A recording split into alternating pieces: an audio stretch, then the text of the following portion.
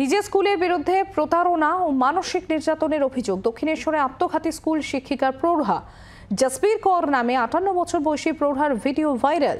Social মিডিয়ায় অবিচারের অভিযোগের video করে বাড়ি ফিরে আত্মঘাতী পুলিশ সূত্রে খবর।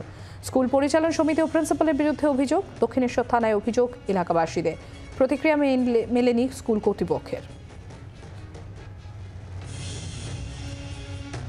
ওই শিক্ষিকার পরিবারের তরফ থেকে কি বলা হচ্ছে একবার শোনাবো আপনাদের।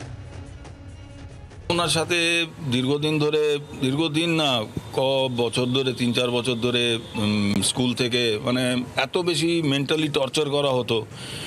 ওই টর্চারের জন্য মাথাটা ঠিক থাকতো না। আমাকে এসে বলতো যে আমাকে বহুত টর্চার করছে এরা।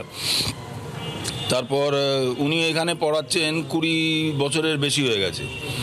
ওনাকে বারবার বলা হচ্ছে যে তুমি একটা টিচার ট্রেনিংয়ের কোর্স করে একটা লেটার দাও এখানে। এত বছর ধরে উনি এখানে পড়াচ্ছেন। অ্যাকচুয়ালি ঘটনাটা আগে যে ঘটেছিল, ওনার হাজব্যান্ডের ডেথ হয়ে গেছিলো, মানে আমার জামাইবাবুর 20-22 বছর আগে। ওনার ডেথ হয়ে যাওয়ার পরে এখানকার যে ম্যানেজিং কমিটি ছিল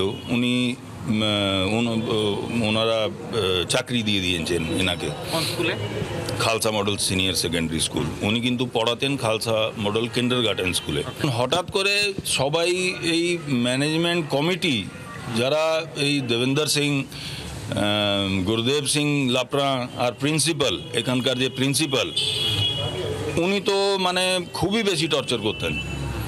বারবার অফিসে ডেকে মানে এত বেশি হ্যারাসমেন্ট। তো কেন যে এত বছর ধরে ইনি এখানে পড়াচ্ছেন, ইনাকে কীভাবে এখান থেকে বার করে দিই। আগেও অনেক 2-4টে টিচারের গ্র্যাচুইটি ফান্ড এরা দিচ্ছে না, কোনো একটা কারণে মানে একটা বাহানা নিয়ে করে মানে কীভাবে ওটাকে আটকায়। সোশ্যাল মিডিয়ায় ভিডিও পোস্ট করে আত্মঘাতী হলেন এক প্রৌঢ়া। ঘটনা দক্ষিণেশ্বর এলাকার। দক্ষিণেশ্বরের খালসা মডেল স্কুলের কিন্ডারগার্টেনে প্রায় 22 বছর ধরে শিক্ষকতা করতেন জসবীর কৌর নামের ওই প্রৌঢ়া। অভিযোগ যে দীর্ঘদিন ধরেই এই প্রৌঢ়ার উপর মানসিক অত্যাচার এবং তার সঙ্গে প্রতারণা করা হয়েছে।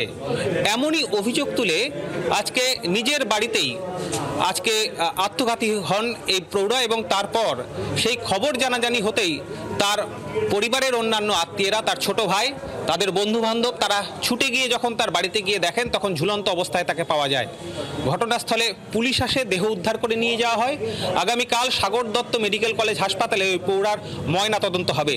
স্কুলের বিরুদ্ধে একগুচ্ছ অভিযোগ এনে এই এলাকার মানুষজন এবং এই প্রৌঢ়ার আত্মীয়রা তারা ইতিমধ্যেই থানার দ্বারস্থ হচ্ছেন এবং তারা অভিযোগ জানাচ্ছেন যে দ্রুত বিচার এবং অভিযুক্তদের দ্রুত শাস্তি। প্রায় 22 বছর ধরে শিক্ষকতা করবার পরেও এই প্রৌঢ়ার উপর কেন মানসিক অত্যাচার এবং তার বিরুদ্ধে কেন প্রতারণা করা হলো সে নিয়ে কিন্তু এই মুহূর্তে এই এলাকার মানুষজন তারা সন্দিহান।